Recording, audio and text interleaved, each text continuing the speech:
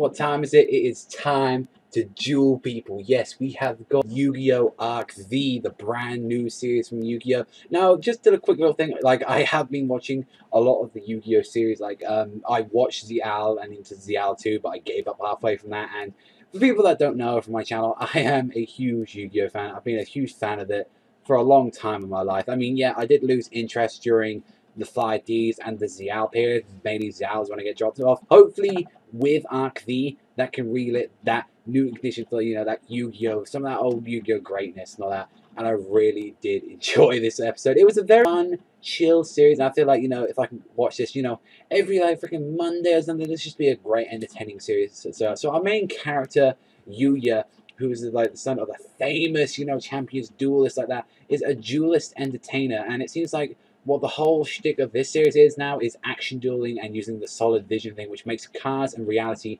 come alive. It's like the main guy, Yuya, rides on a fucking hippo, for Christ's sake. It's like some crazy hippo thing, and then he has to go against like this strong Ishiyama, which pretty much saying like, oh, you just want you to come over here. But one thing about this is that his father, Yuya's father, actually disappeared during this time, and he seems like he's never returned since then.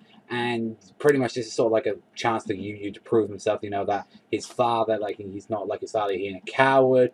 But then as well, like, he showed that his father was a very nice and kind and gentle person like that. And what I really liked is that he wanted to be like his father, like, you know, a great action duelist, and he doesn't care about people mocking him. Like, he shows like he's just trying to be an entertainer first, then think about dueling later. One thing I've got to say about this, and this is like the duel itself, like that, is that they seem to have changed the rules, which is something I really don't like. I like Yu-Gi-Oh! Staying to the traditional route. So now it's different for like action dueling. It seems like, so there's like cards all over the field that you can pick up. I'm guessing this kind of reminds me of the Wii game they had, like, called Wheelie Breakers, where you like sort of like picked up cards and stuff. It reminded me of that, about that. Like, you had your regular 5 cards on the field, like in your hand and all that, but you can't draw on the first turn. That's one thing that they can't say you do.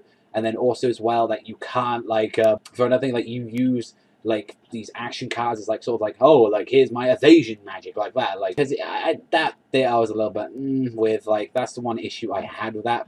This is just coming from an old fan. Like, I just love my Yu-Gi-Oh! Staying strict as it is, like traditional stuff. And it seems like the main card of this series, like what Yu-Gi's one, it seems to be the Odd Eyes Dragon. Like, that seems like pretty cool. Like, I actually like the design for his odd eyes. It looks really cool. And it actually, like, has 2500 and has a really beastly attack to it, since how he summoned it was by summoning that a hippo thing, and actually by keeping it around for the next turn, it can be used as a 2 tribute summon. And then also as well, I did like a little, you know, cameo of some old ass cards. Like, I love seeing, you know, like the Lava Battle Guard and the Swamp Battle Guard, and it turns out they brought back a new one, which is the Battle Guard King.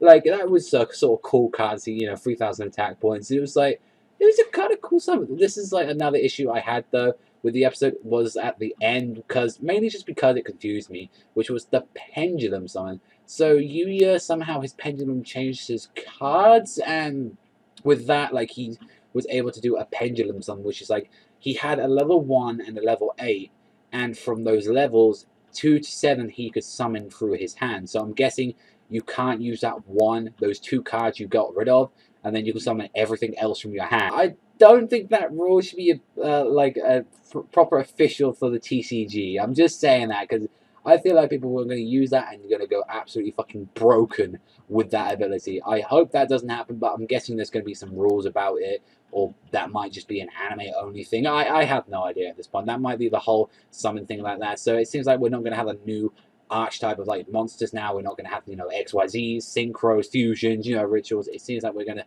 just stick to just regular summons and stuff like that. We'll probably see synchros, fusions, and all them back in this series. But overall, for like this episode, I loved it, but it confused me. I really like Yuya. He's a hell of a lot better than, like, Yuma.